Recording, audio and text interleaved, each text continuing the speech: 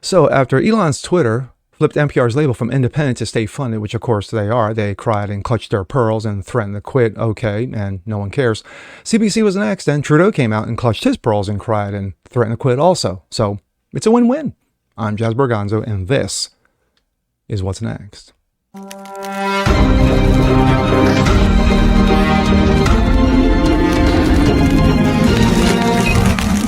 Happy Tuesday, everyone. Jazz Berganzo, what's next? Your daily, of course. Hope you guys are doing well on this day.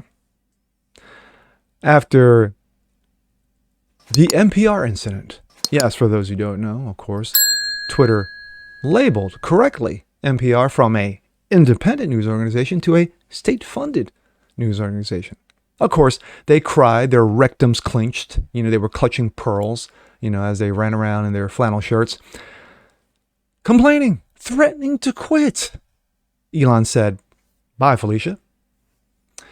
Now here comes the CBC. Yes, Canadian Broadcasting Corporation. Yes, the independent. No, they're not. They're state-funded to the tune of $1.2 billion. And of course, Trudeau came out, clutched his pearls, his rectum clenched, and of course, threatened to quit also. And of course, taking a jab at Musk and other so-called quote-unquote billionaires. Well, you think Elon cares? Elon doesn't give two fucks.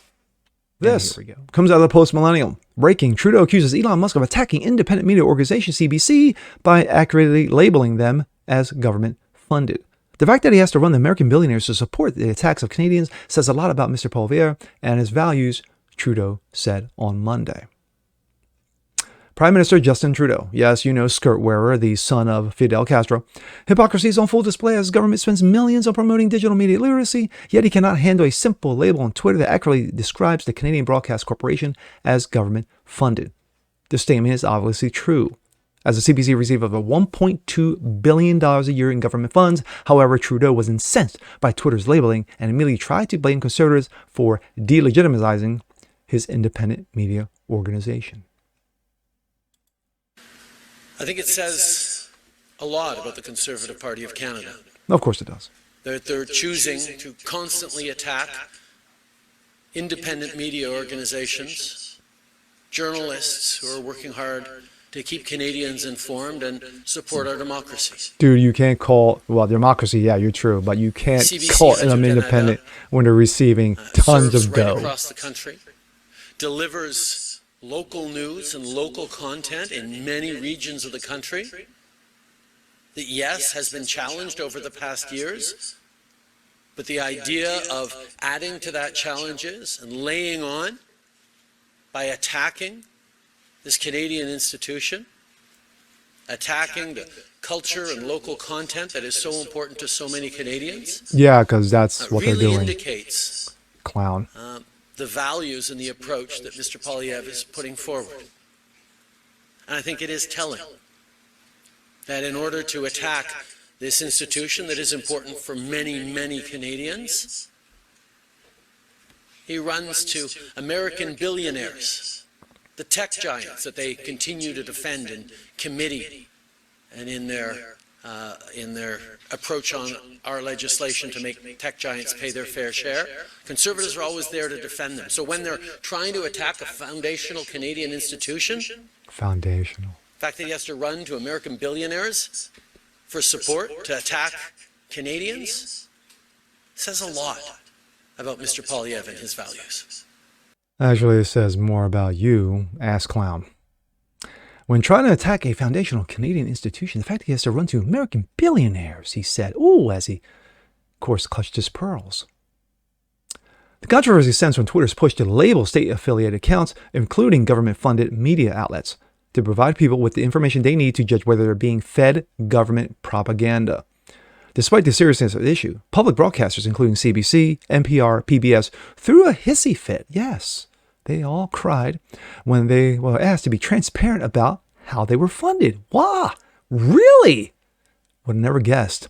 Last week, both NPR and PBS announced they would stop using Twitter due to the new classifications. In Britain, BBC also lashed out at being branded as government-funded, successfully lobbying Twitter to change its label to publicly funded, since it relies on tax money rather than direct subsidies. Really? My thoughts. The fact of the matter is that anyone with a brain cell, anyone with IQ over room temperature, knows that NPR, PBS, CBC, BBC are state funded. They're taxpayer funded. And of course, they're government funded as well. So Elon gave them a little break. Because if they were to leave, no one really cares. They don't. No one watches NPR. No one gives two fucks about CBC. Well, Canadians have no choice. They have no choice because it's the only media entity in town. You know, yes, you have Rebel Media. They're independent. They've made strides, but not to the point where they're getting huge donors to actually build up their news outlet.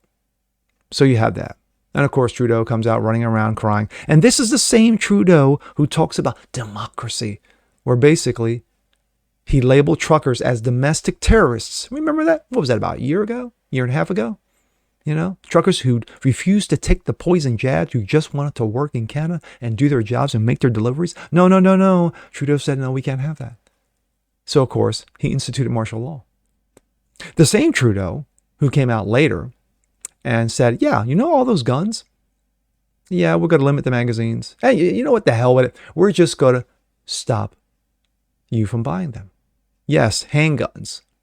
We're going to stop you from buying them. And of course, which he did. Now, conservative parliament is worthless, feckless, you know, bunch of ass clowns who sit there and talk a great game. Oh, we're going to stop you, Trudeau. As Trudeau runs over them like a Mack truck. So this is what you have. He'll continue to cry, as he always has, because that's what he does. And Canadians will continue to put up with it, continue to bend over and grab both ankles, because that's what you guys do. Sorry, Canadians. You guys had your chance to get more conservatives involved in Parliament, to try to basically get Trudeau out of there.